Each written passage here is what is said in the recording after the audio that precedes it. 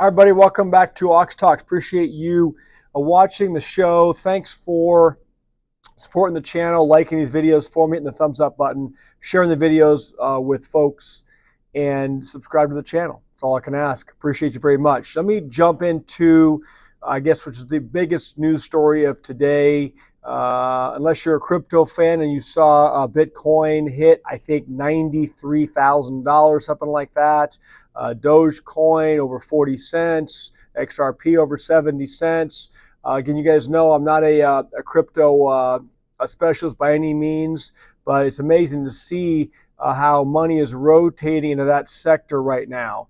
Stock market closed mixed today. Gold and silver continue to get beat up. Let's see how that trade continues. Again, you hold the stuff for long-term protection, not for short-term, get-rich schemes, right? So let me share another big news story today, which was the release of the CPI numbers. All right, the Consumer Price Index. I'll start out by saying I saw a post by this guy that writes the Kobessi, K-O-B-E-I-S-S-I letter. And according to AI Overview, Adam Kobessi is the founder and editor-in-chief of the Kobessi letter. Covers a range of topics, including inflation, the U.S. economy, national debt, stock performance, bond yields, consumer prices, and oil demand. And he posted earlier today just a summary, which I thought was just gets right to the point relative to these inflation numbers, because we're told that inflation is under control and things are so great that the Fed was able to lower interest rates by now 75 basis points over the last two Fed meetings, with expectation, I believe, 75 or 80% expectation that the Fed's going to be cutting rates again in December. I didn't check today. Maybe with these numbers that are out, the expectations have pulled back a bit. I don't know, but gold and silver are definitely feeling some pressure, not just today, but over the past week or so. So according to the Kobessi letter, he says, while October CPI inflation is at 2.6%, inflation is much higher in many basic necessities. And for all of us, it's these basic necessities that mean everything to us every day, correct? The things that we have to afford to pay for, to provide for ourselves and our families. Listen to these numbers. Car insurance inflation is 14%. Transportation inflation, 8.2%. Car repair inflation, 5.8%. Homeowners inflation, 5.2%. Rent inflation, 4.6%. Electricity inflation, 4.5%. Hospital services inflation, 3.9%. Food away from home inflation, 3.8%. He says both the headline and the core CPI inflation are now higher than they were 2 months ago. Okay, so they are growing. They're not contracting. They're not shrinking, no matter what the mainstream media would have you believe. It says the U.S. economy added the least amount of jobs in October since the pandemic in 2020, and he concludes by saying consumers are struggling. I hear your comments, I read your comments every day on these videos. I know a lot of people in this country are struggling just to make ends meet. So this is the bad news for today, unfortunately. And the Zero Hedge also did an article on it. It says core consumer prices rise for the 53rd straight month, hit a new record high.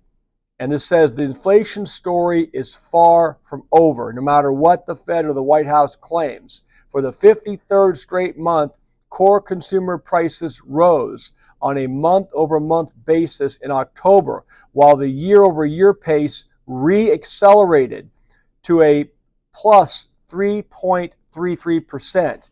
And again, year-over-year 3.33% increase, but the individual items I just read off to you, car insurance, transportation, car repairs, homeowner, rent, electricity, hospital, food.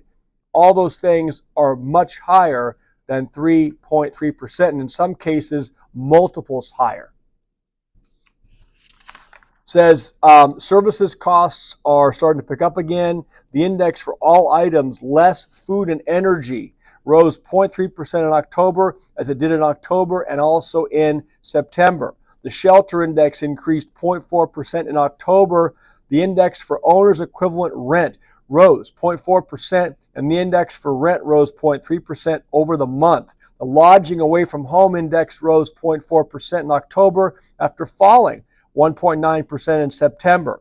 Medical care index increased 0.3% over the month after increasing 0.4% in September. It says the index for physicians' services increased 0.5% in October, and the prescription drugs index rose 0.2% over the month. I don't know, did you guys get your renewal notices for your health insurance premiums next year? If you are paying for private insurance or your company is paying for insurance, those rates continue to rise drastically. It says the used car and trucks index rose 2.7% in October after rising just 0.3% in the previous month. The index for airline fares rose 3.2% over the month, and the index for recreation increased 0.4%. Other indexes that increased in October include personal care and education. Apparel fell 1.5%, communication index decreased 0.6%, and household furnishings declined in October. The new vehicles index was unchanged. But every index that measures things that, necessity items is going up, folks. The index for all items less food and energy rose 3.3%, as I shared, over the past 12 months. The shelter index increased 4.9% over the last year, accounting for over 65% of the total 12-month increase in the all items less food and energy. So shelter index, we've talked about it on this channel all the time, continues to go up. Other indexes with notable increases over the last year include motor vehicle insurance, we discussed, medical care, education, and personal care. Headline CPI rose 0.2% month over month. They said that was the expected number, which reaccelerated the year-over-year rise to a plus 2.6%. They say that was also expected. So what they're saying is this is a resurgence, hence the title of the video, Resurgence in Inflation. Okay, I'll leave it there today. I just wanted to give you the data, give you that input from the Kobesi letter. And love to hear your comments, love to hear your input. Where does this end? Again, when you have an environment where they're trying to lower rates, where you have a situation where that is inflationary, okay? When you're lowering rates, again, I'm not an economist, I'm not an expert, but how is that going to be not inconsistent with getting inflation under control, right? We know the government went through a painful set of rate hikes over the last couple of years, made an about-face turn saying, well, inflation's tame now.